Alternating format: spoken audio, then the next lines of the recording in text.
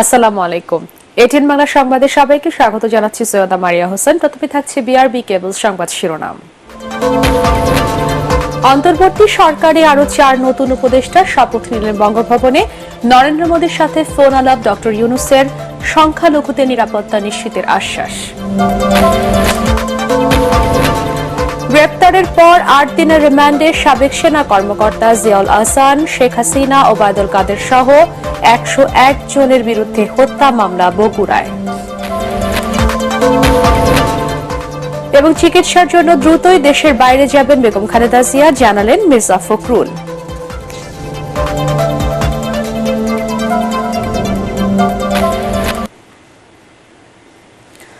শুনছিলেন বিআরবি কেবল সংবাদ শিরোনাম, এবারে বিস্তারিত।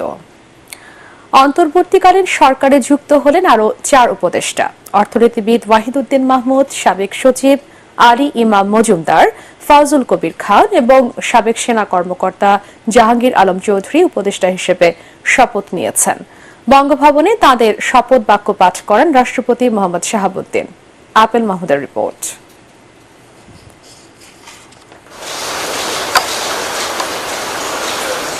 বিকাল 4টায় বঙ্গভবনের দরবার হলে ৭১-এর মুক্তিযুদ্ধ এবং ছাত্র আন্দোলনে শহীদদের শ্রদ্ধা জানিয়ে 1 মিনিট নীরবতা পালনের মধ্য দিয়ে শুরু হয় শপথ গ্রহণের আনুষ্ঠানিকতা।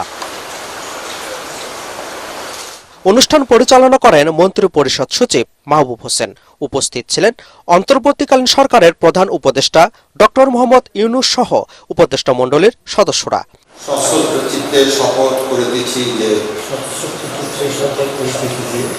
নিজের উপর অর্পিত দায়িত্ব নিষ্ঠার সাথে পালনের প্রতিশ্রুতি দিয়ে রাষ্ট্রপতি মোহাম্মদ শাহাবুদ্দিনের কাছে শপথ নেন অর্থনীতিবিদ ওয়াহিদুদ্দিন মাহমুদ, সাবেক মন্ত্রিপরিষদ সচিব আলী ইমাম মজুমদার, সাবেক সচিব ফাউজুল কবির খান এবং বাংলাদেশ রাইফেলসের সাবেক মহাপরিচালক ও সেনা কর্মকর্তা জাহাঙ্গীর আলম চৌধুরী। উপদেষ্টা পদ এবং গোপনীয়তার শপথে সই করেন নতুন 4 উপদেষ্টা। জাতীয় সংগীতের মধ্য দিয়ে শেষ হয় বঙ্গভবনের এই আনুষ্ঠানিকতা। এর মধ্য দিয়ে ডক্টর ইউনূসের নেতৃত্বে অন্তর্বর্তীকালীন সরকার গঠনের 9 দিনের মাথায় উপদেষ্টা পরিষদের সদস্য সংখ্যা হল 21 জন। অনুষ্ঠানে উপস্থিত ছিলেন গত 8 আগস্ট অন্তর্বর্তীকালীন সরকারের প্রথম নিয়োগ পাওয়া কয়েকজন উপদেষ্টা, 3 বাহিনীর প্রধানগণ এবং সামরিক ও বেসামরিক ঊর্ধ্বতন কর্মকর্তারা। Apple Mahmud, ATN Bangla, Dhaka. ভারতের প্রধানমন্ত্রী নরেন্দ্র মোদীকে ফোন করেছেন প্রধান উপদেষ্টা ডক্টর মোহাম্মদ ইউনূস। তিনি মোদীকে বাংলাদেশের হিন্দু সহ সব সংখ্যালঘু সম্প্রদায়ের নিরাপত্তার বিষয়ে আশ্বাস দিয়েছেন। নরেন্দ্র মোদী এ নিয়ে আজ এক্সে একটি পোস্ট দিয়েছেন। ফোনালাপে গণতান্ত্রিক, স্থিতিশীল, শান্তিপূর্ণ এবং অগ্রগামী বাংলাদেশের প্রতি ভারতের সমর্থনের বিষয়টি পূর্ণ ব্যক্ত করেন মোদী।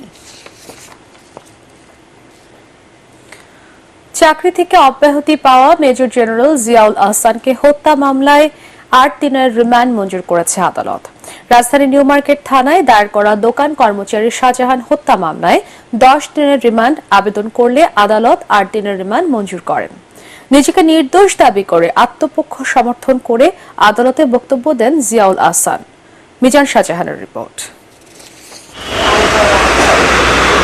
কড়া নিরাপত্তায় সাবেক সেনা কর্মকর্তা মেজর জেনারেল জিয়াউল আহসানকে ঢাকার মুখ্য মহানগর হাকিম আদালতে হাজির করে পুলিশ। বিচারক আরাফাতুর রাকিবের আদালতে শুনানিতে রাষ্ট্রপক্ষের আইনজীবী বলেন, আসামি ক্ষমতার অপব্যবহার করে অসংখ্য গুম খুন করেছে।